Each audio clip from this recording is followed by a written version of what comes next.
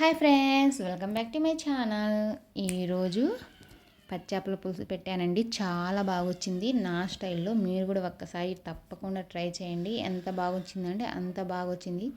తినడం చాలా కష్టం అండి, వండడం మాత్రం చాలా ఈజీ. పచ్చేపల పులుసు ఎలా చేయాలో చూద్దామా? పదండి. ఫస్ట్ స్టవ్ వెలిగించి బాండి పెట్టి కర్రీకి తగ్గట్టు ఆయిల్ వేసేసుకోవాలి. ఆయిల్ ఎక్కువ వేసుకోండి, కర్రీ చాలా బాగుంటుంది. 2 లవంగాలు చెక్క వేసేసుకోవాలి.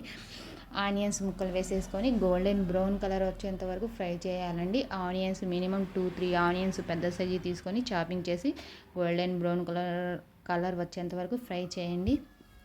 ఆనియన్స్ ఎక్కువ వేసుకుంటేనే కర్రీ చాలా బాగుంటుంది. గ్రేవీ అనేది ఆనియన్స్ వల్లే వస్తుందండి. సాల్ట్, పచ్చిమిర్చి చిరుకలు వేసేసుకొని ఇంకో 2 మినిట్స్ బాగా ఫ్రై చేసేసుకోవాలి. 2 టమాటా ముక్కలు వేసేసుకొని ఇంకో 2 మినిట్స్ బాగా ఫ్రై చేసేసుకోవాలి. మొత్తం గోల్డెన్ బ్రౌన్ కలర్ రావాలి. టమాటాలు బాగా మగ్గాలి. అప్పుడే కర్రీ చాలా బాగుంటుంది. మసాలా వేసుకోవాలండి. అల్లం, వెల్లుల్లి, కొబ్బరి, కొన్ని ధనియాలు వేసుకొని 1 టీ స్పూను మిక్సీ పట్టానండి. ఆ మిశ్రమాన్ని ఇందులో వేసేసి 2 మినిట్స్ బాగా ఫ్రై చేసేసుకోవాలి.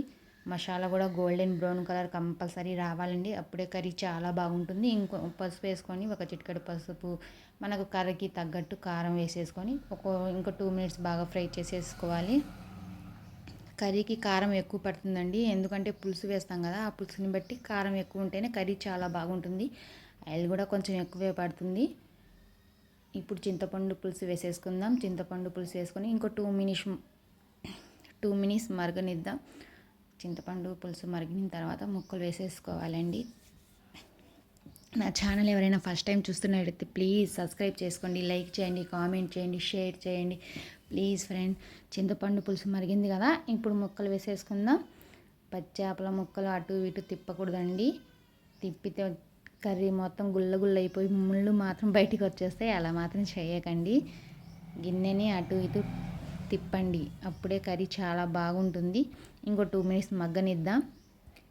2 మినిట్స్ మగ్గనిచ్చిన తర్వాత అప్పుడు వాటర్ పోసుకోవాలి. అప్పుడే కర్రీ చాలా బాగుంటుంది. చూడండి కర్రీ ఎలా ఉందో, ఉడుకుతుంది కథ. ఇప్పుడు 1 గ్లాస్ వాటర్ తీసేసుకోండి. పచ్చేపల పులుసు అంటే మెయిన్ పులుసే ఎక్కువ ఉండాలండి. పులుసు ఉంటేనే దాంట్లోకి కర్రీ చాలా బాగుంటుంది. పులుసు ఎక్కువ పెట్టుకోవాలండి.